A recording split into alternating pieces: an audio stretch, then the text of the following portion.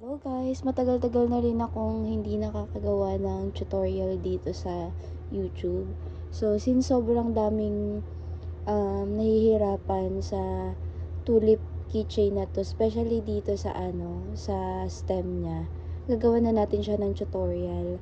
Ang daming nagko-comment niyan sa TikTok live ko na ang hirap daw sundan ng ibang tutorial, lalo na nga dito talaga sila nahihirapan.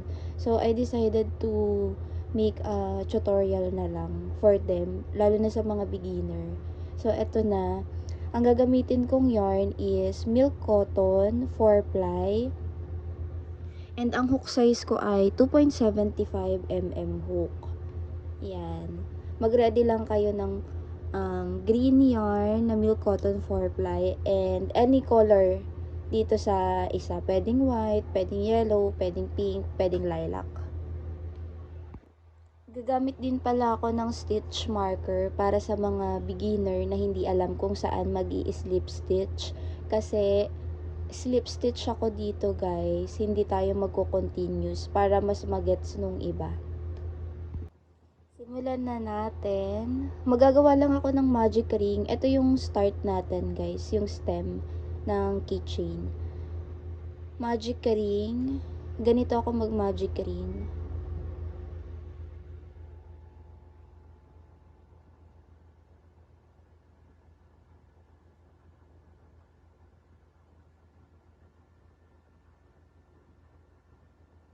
Yan. Pag nakagawa na kayo ng ganito, magic ring, mag-i-insert po tayo ng 6 single crochet sa loob ng magic ring.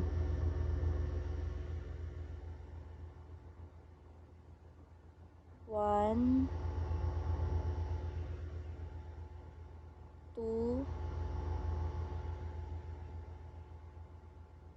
3,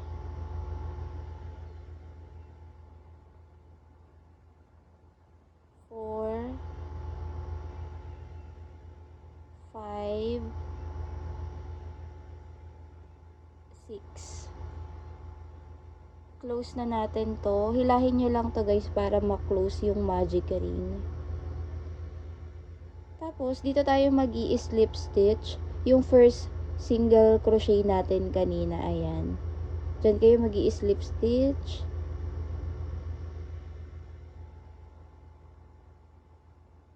Ayan. Kung saan kayo nag-slip stitch, doon din tayo mamaya gagawa ng first single crochet para pantay yung slip stitch.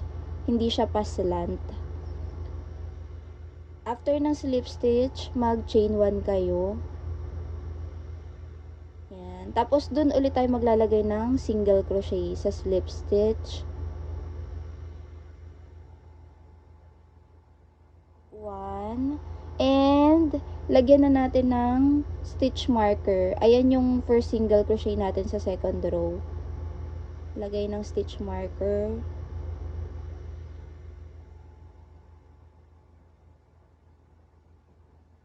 2, 3, 4, 5,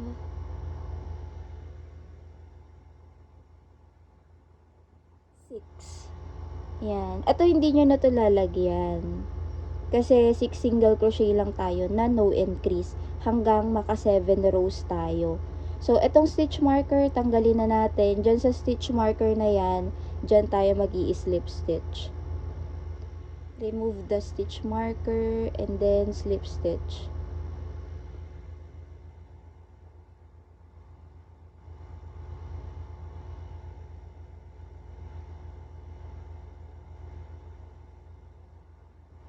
Chain 1. Repeat the same process until 7 rows. Pang third row na tayo, again, kung saan nag-slip stitch, dun po ulit magsi-single crochet. 1. Then, put your stitch marker para hindi balito.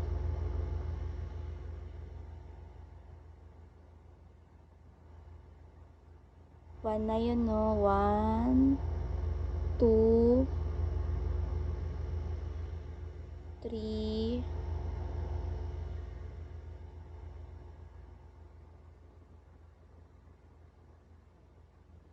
4,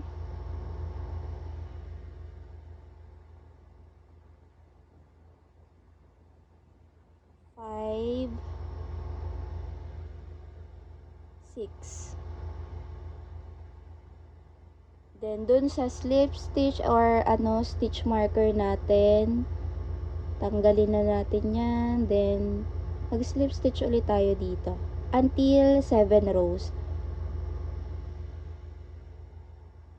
Chain 1. Single crochet ka ulit. Kung saan ka nag-slip stitch, put your stitch marker.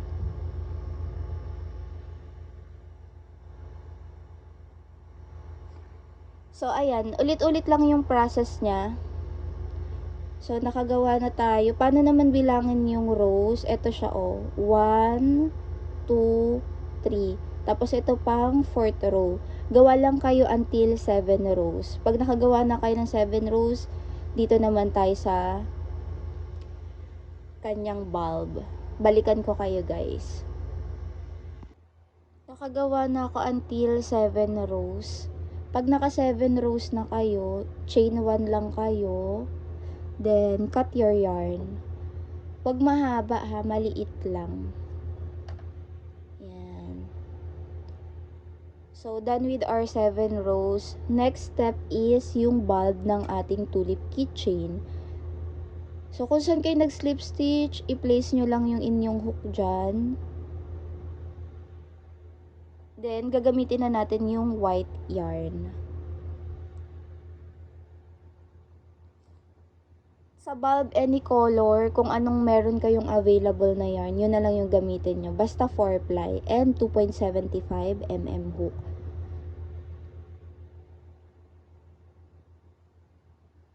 Itong white yarn, ganito lang ang gagawin ninyo.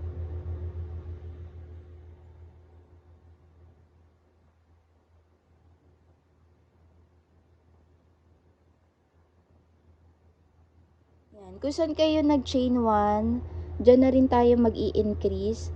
So, ang gagawin natin dito ay front loop lang tayo mag-i-increase. Or front loop lang yung kukunin natin. Hindi kasama yung likod. Ayan. Ito front loop, ito back loop.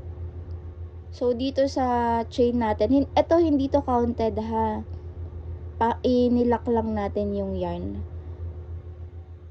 Yan. Kung saan tayo nag-chain 1, dyan tayo mag-i-increase. Kunin nyo lang yung front loop. Ayan. Increase lahat ng row dito. 1,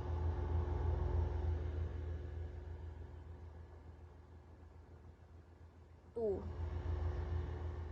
Dito sa 1 nyo, lagay kayo ng stitch marker kasi dyan po tayo mag-i-slip stitch later after ng increase natin. So, di ba dito sa green, 6 single crochet yan lahat. So, dito sa first row ng bulb, dapat 12 single crochet ang kakalabasan niya kasi lahat siya increase. So, nakagawa na tayo ng 2 single crochet. Sa next, dalawa ulit. Ayan. Again, front loop lang po. 1, 2. Sa next, front loop lang. Lahat yan increase.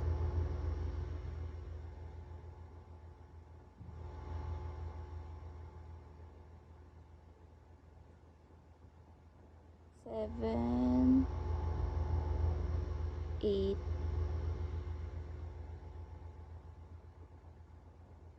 9, 10, 11, and 12. Yan. Diyan sa stitch marker natin, tanggalin na natin yan. And doon tayo mag-i-slip stitch.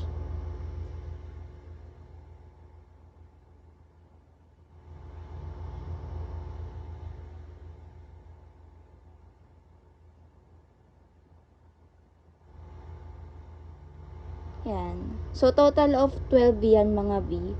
Bilangan yung mabuti ha.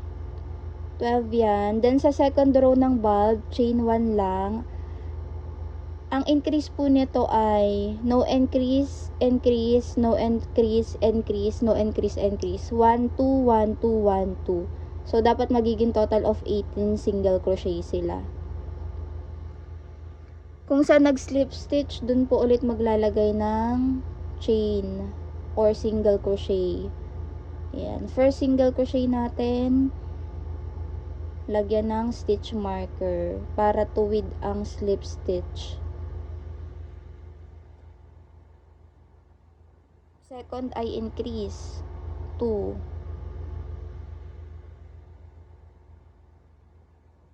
Pattern 1, 2, 1, 2, 1, 2. Next, no increase, 1 single crochet lang.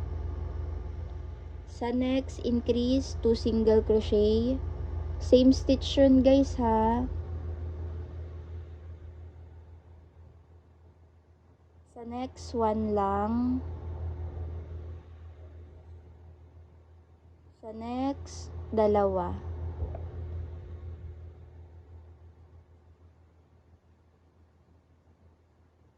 Balikan ko kayo pag andito na kayo sa may dulo or sa pag malapit na kayo mag-slip stitch.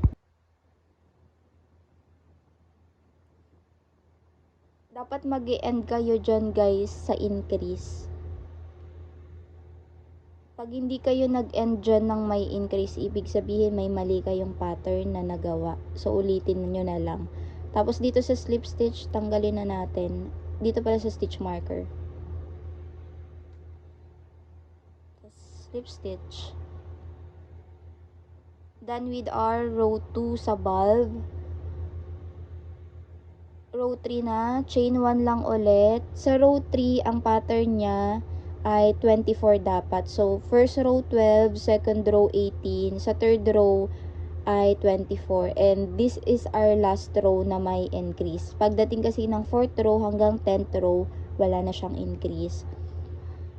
So, sa third row, ang pattern niya ay no increase, no increase, increase, no increase, no increase, increase, no increase, no increase, increase. So, 1, 1, 2, 1, 1, 2, 1, 1, 2.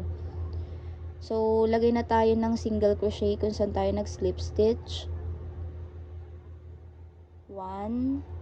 And don't forget to put your stitch marker, especially sa mga beginner dyan. 1,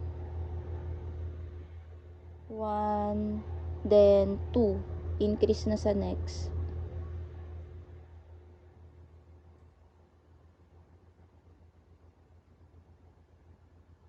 Sa next, wala ulit increase. Next, no increase. Next, increase.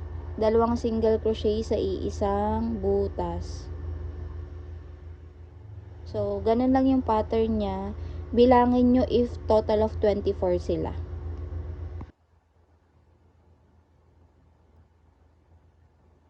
So guys, nag-end ulit ako sa may increase. So, basta sa last stitch nyo, dapat increase ang end nyan. Tanggalin ko na yung stitch marker and mag-slip stitch na tayo. Chain 1. So, ayan guys. Ayan lang po ang may increase natin. Row 1, row 2 until row 3. So, row 4 na tayo guys. Sa row 4, no increase po yan lahat until row 10. Susundan nyo lang po yan. Total of 24 yan mga sis. Tapos, kung saan ulit ako nag-slip stitch, dun po ako mag-start ng aking single crochet. Tigwa 1 single crochet lang po yan. Then, maglalagay po ako ng stitch marker para po pantay ang aking slip stitch.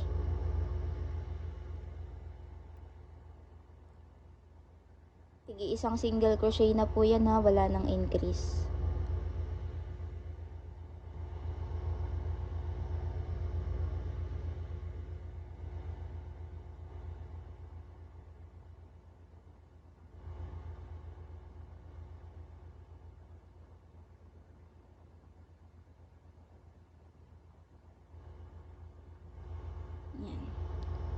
until row 10. Balikan ko kayo if row 10 na ako, guys.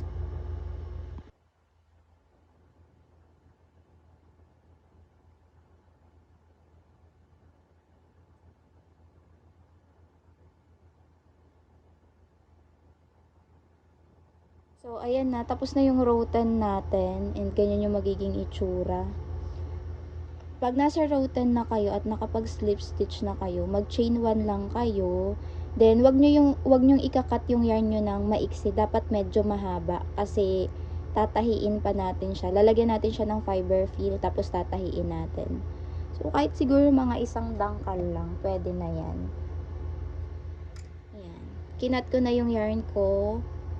Dapat again mahaba to ng kauntian, guys. After this one, maglalagay tayo ng fiber fill.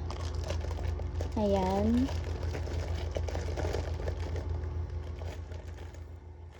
Tamang amount lang ng fiber fill, guys. Wag sobrang dami kasi hindi natin malalak yung ating tulip keychain.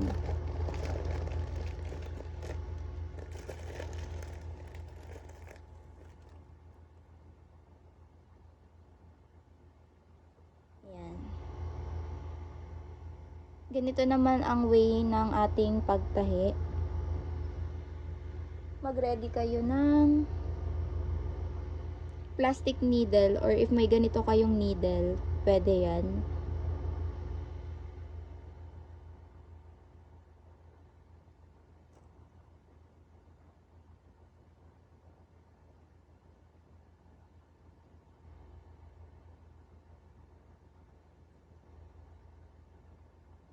Yan, dito tayo sa first row.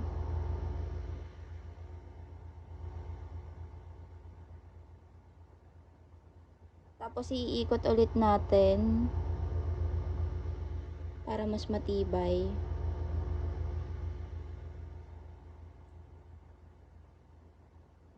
Higpitan nyo lang. Tapos dito tayo sa next. Yan. Tapos na tayo dito sa first. Dito tayo sa next.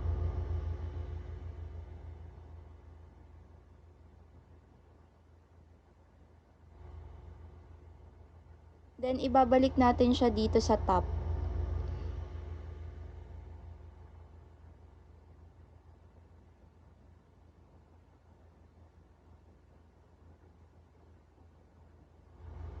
Ayan.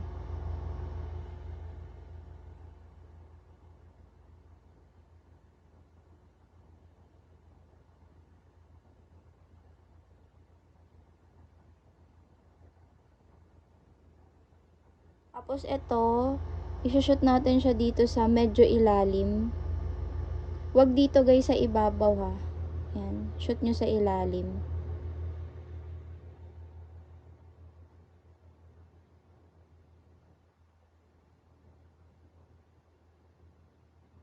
Tsaka nyo hilahin. Hindi pa natin siya ilalak. Hanggang pangalawang butas tayo magtatahi. Ito. Ayan. Pati dun sa kabila.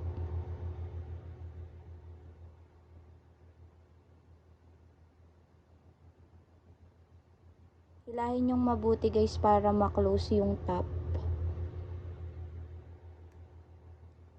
Tapos ibabalik ulit natin dito sa pinakang taas.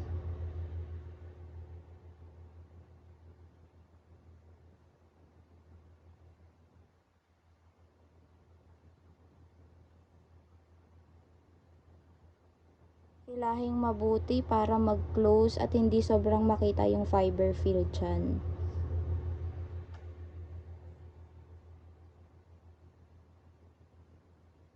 After that, so tapos na yan. Dito naman, itatago lang natin tong long tail na to. Kahit saan nyo itusok. Yan.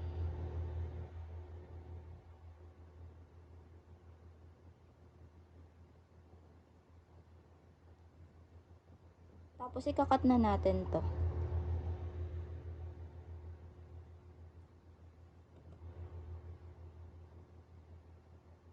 Yan, may tulip keychain na tayo.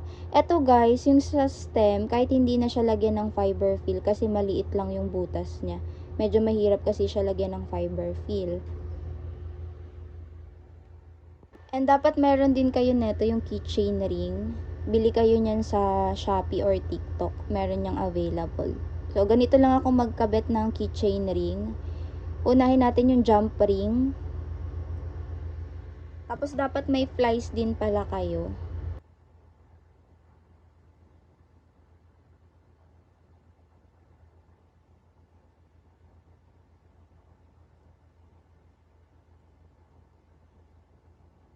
Yung iba guys, tinatahi yung jump ring. Pero ako hindi. Ganyan lang. Tapos, ilalagay lang natin to dito. And, i-close na natin siya.